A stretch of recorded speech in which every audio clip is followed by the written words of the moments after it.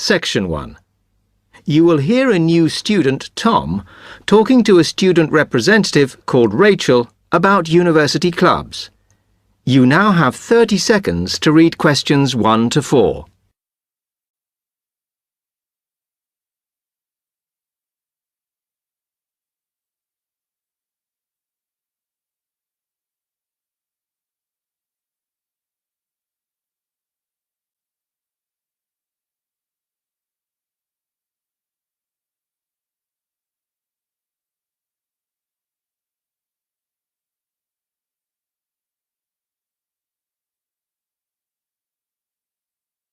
Hi, welcome to Freshers Week.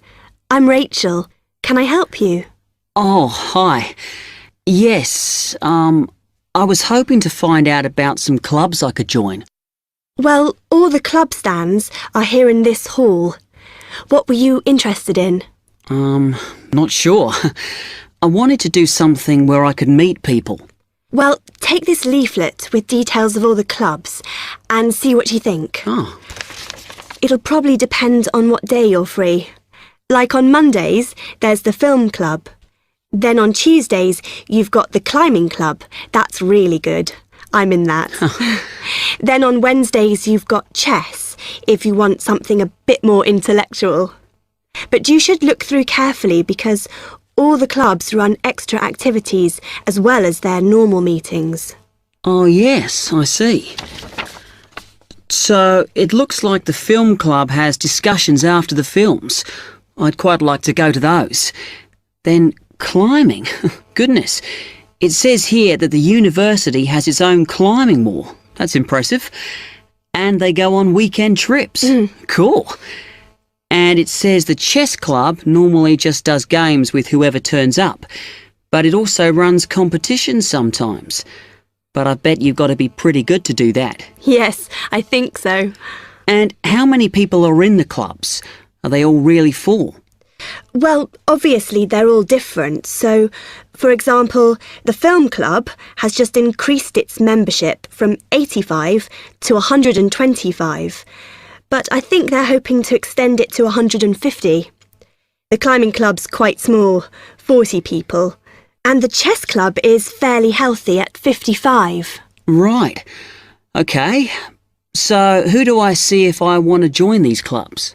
Well, if you go round the stands and speak to the people there, for the film club, that's the events organiser. For climbing, you'll need the club secretary, and the chess club is organised by one of the maths tutors. OK? Yep. I think I'll start with the climbing club. It sounds good. Oh, well, as I said, I'm in that, so I might be able to help you a bit. You now have 30 seconds to read questions 5 to 10.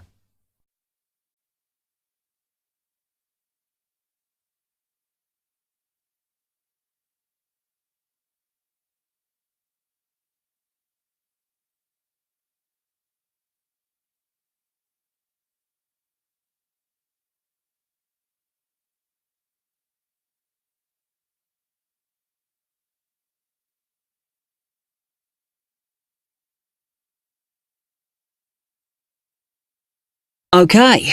It says in the leaflet that they get together twice a month. Is that right? Yes. Oh, you must join. It's really good fun. We go away quite a bit to North Wales. And every year we have a special excursion, usually to France, which is where we're going this year in the spring. The weather's too unpredictable in the autumn. Wow, that sounds good.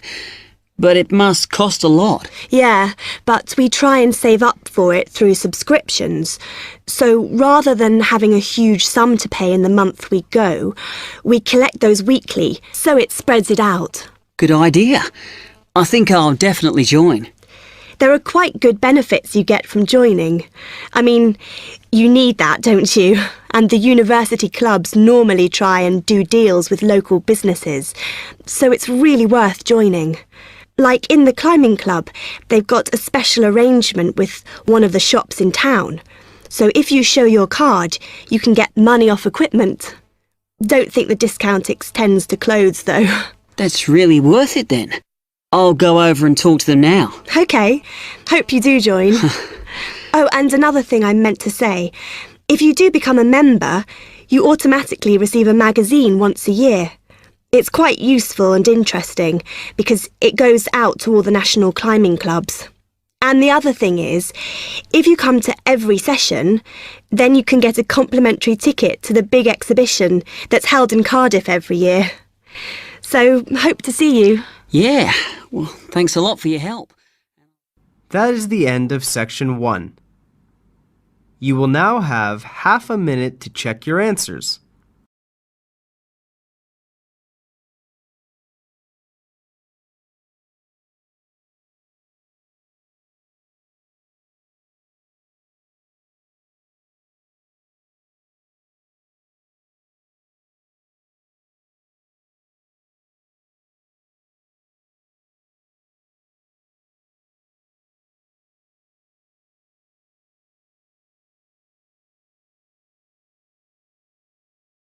Section 2. You will hear an accommodation officer telling students about different halls of residence. You now have 30 seconds to read questions 11 to 15.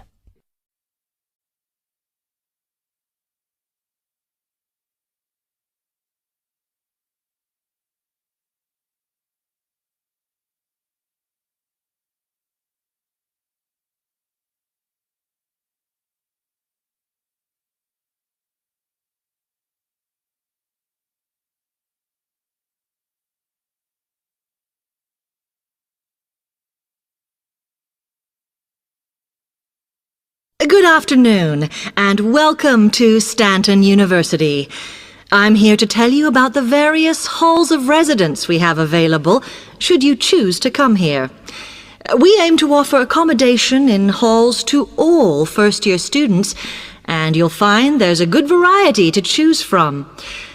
First of all, there's Brown Hall, which, as you'll see, is not the most modern of buildings, but it is very popular with some students. It's got a good sense of community, some nice refurbished kitchens, and unlike the other halls, it has recently had a gym built in its basement. Another option is Blake Residence, which is built like a large house, and so everybody cooks and eats together. It has its own sectioned-off bit of private garden and is even more peaceful because this is an all-girls residence. Although, of course, boys are allowed to visit the hall and, I understand, frequently take part in cooking dinner. The largest hall we have is Queen's Building, and this has been upgraded recently. The original parking area has been built on so that the hall now has a large common room, and each bedroom now has its own shower room, which many students regard as a real bonus. A further option is the Parkway Flats, which won an award for design in its day. And this building now has a preservation order on it. This has meant that only a limited amount could be done to upgrade it, and the surrounding area is important, so parking is not permitted around the flats. However, the flats do have many extra facilities, such as a special computer room, a small library, and a self-service restaurant. The cost of breakfast, lunch and dinner is covered in the fees for this hall, so it does look a bit more expensive. The last residence we can offer you is Temple Rise, which again is slightly more expensive than other halls as the rooms are larger. This has got very lovely views across to the coast, and this more than compensates for the fact that bathrooms here are shared between 6 students. However, the hall has domestic staff who clean the rooms once a week, so this is perhaps an attractive option for the messier amongst you. You now have 30 seconds to read questions 16 to 20.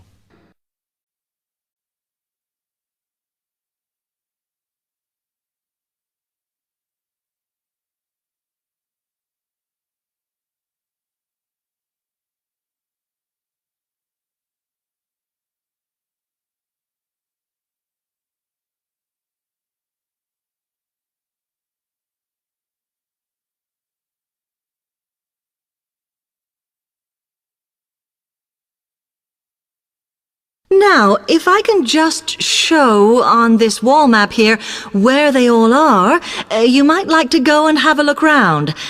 If you come into the main university entrance, at the first junction, you'll find that Brown Hall is on the corner opposite the theatre.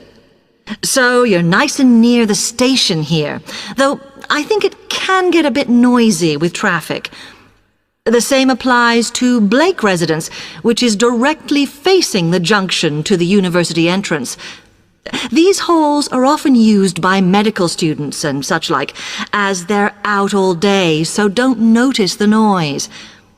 Anyway, if you then walk along Campus Road towards the main circle, you'll see the library on the corner, and Queen's Building is just past that as you head north.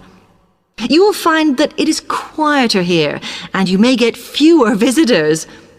By the way, the circle is quite a feature of the campus, as it's set into the hills and has a brand new sports center in the middle. It's worth going to look around it.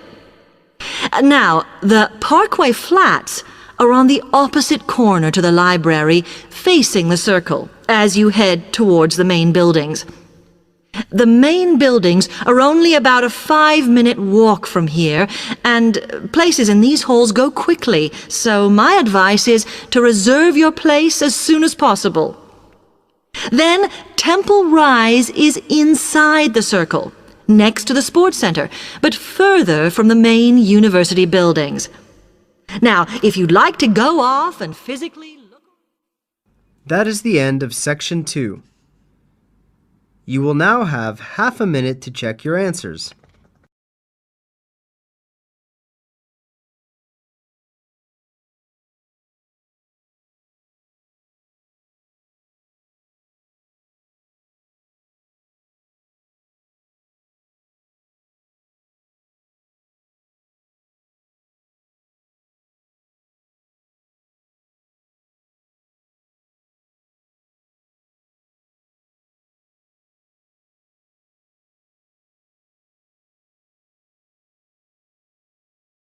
Section 3.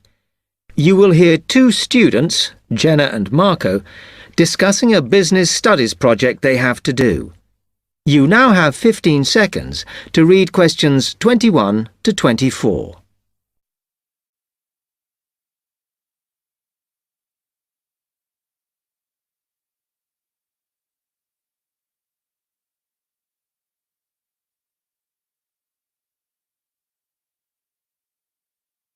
Come on, Marco. We've got to get on and sort out this project for Professor Buckley. Hang on. I want to make sure we've got all the information. Now, where are we? Well, today we need to sort out exactly what we're going to do and how we're going to divide the work up. Okay. How long have we got, by the way? The end of term is April 6th. And he said to hand it in on week 8, so that's March 25th at the latest, because the beginning of that week is the 21st, so not long. Right. Have you got the notes there? Yes. He wants us to do a fairly small-scale study, like the last one, on whether or not businesses were offering more benefits to staff. And we've now got to look at the rise in older workers. It should be fairly straightforward. Yeah, as long as we keep it small. Who's marking it? I don't know. Sometimes he gets the PhD students to mark it for him. Oh, actually, it just says here, a senior lecturer. I suppose it's too much for Professor Barclay to do them all. Yeah. Anyway, how are we going to go about this? Well, we have to decide how big we want it to be and who... Yeah, but I think we must sort out a timetable for the project. Otherwise, nothing will get done. Okay. Do you want to do that? All right. I'll do it as soon as we finish here. You now have 15 seconds to read questions 25 to 27.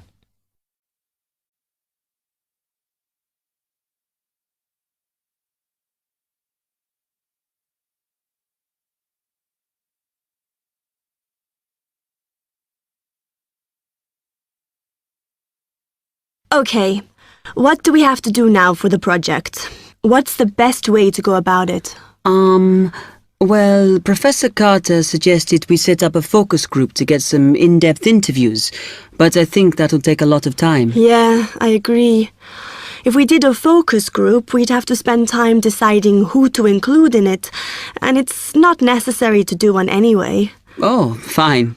And if you agree, I think we should get in touch with the businesses on the list Professor Carter gave us and ask them if they're prepared to participate. Sounds good. Then we can go there, give them questionnaires, and collect them later. Exactly. Okay.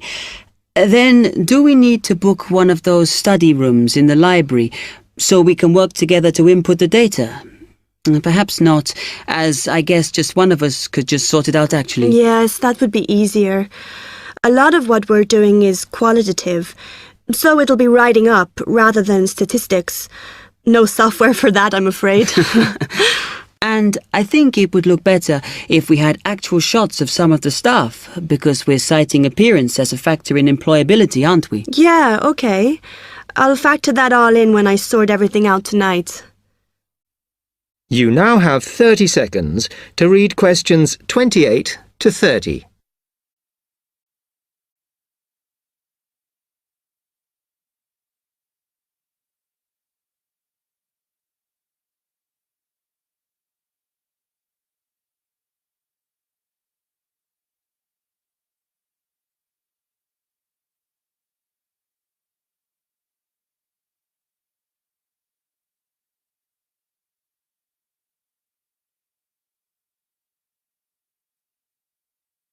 I'm glad we decided to work together.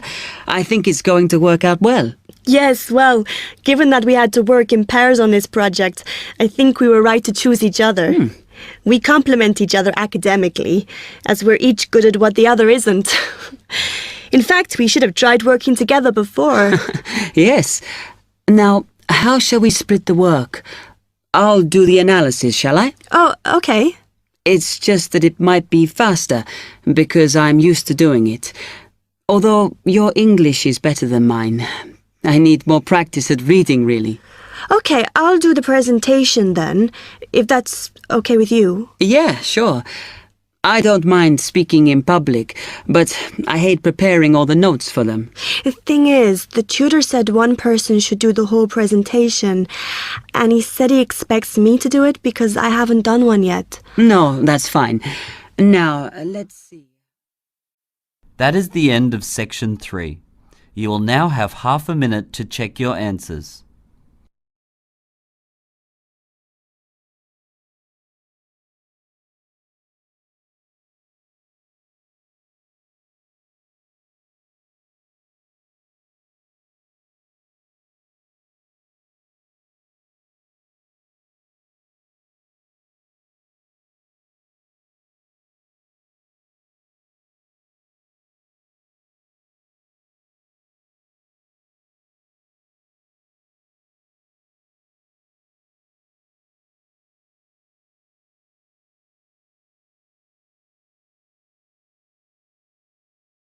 Section 4. You will hear a media studies tutor giving a lecture about news sources. You now have 30 seconds to read questions 31 to 35.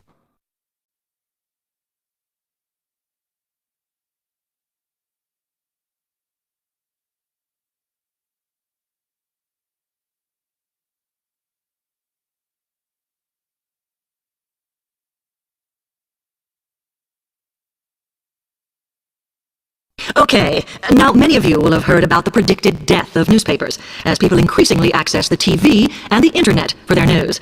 Today, I want to look at the USA, which has very advanced news sources, to see if this is actually true. In the USA, the main news sources without doubt are TV, the internet, and the press. That is, traditional newspapers. And although they are each surviving and growing, they are also changing. Obviously, TV news has been around for a while, and the early evening bulletins when people get in from work are very popular.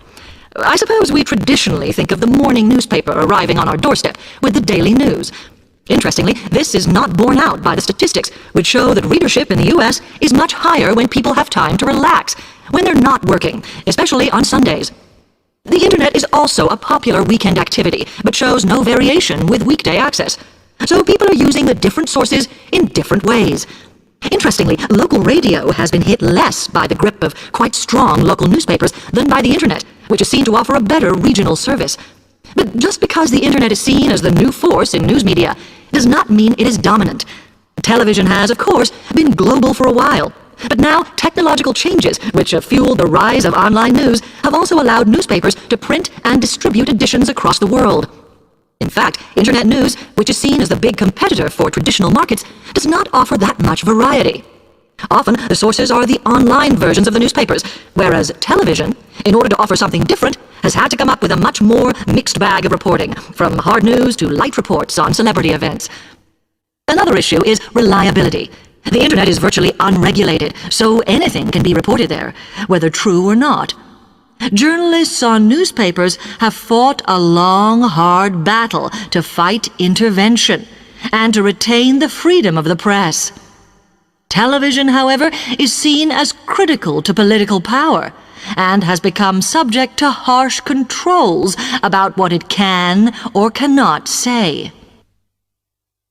You now have 30 seconds to read questions 36 to 40.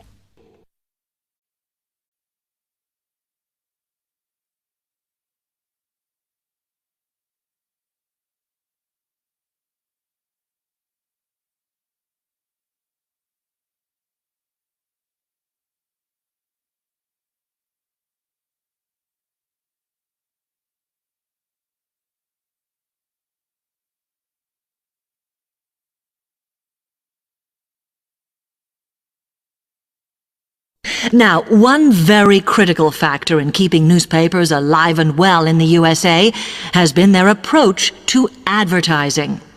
Obviously, newspapers are heavily dependent on advertising revenue, and they have become more and more imaginative in what they offer, in order to make sure that advertisers use them and not other news sources. This has meant that, contrary to popular belief, newspapers now have a significantly higher profit margin than the rest of American industry.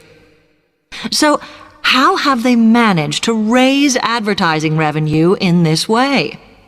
Well, they have put a lot of effort into developing and maintaining a very strong association with the retail trade. And they've come up with a winner. A critical tool in their sales plan has been suggesting that the adverts they run can have vouchers. This has been enormously effective because they have found that not only do more people buy the paper to get the discounts, but also that this inevitably means much higher sales for the clients who advertised. As well as doing this, the newspapers have also introduced aggressive sales campaigns over the last few years. This has resulted in a significant and continuing rise in the number of advertisers prepared to pay the extra for full-page ads. So, what I would like to move on to... That is the end of section 4. You will now have half a minute to check your answers.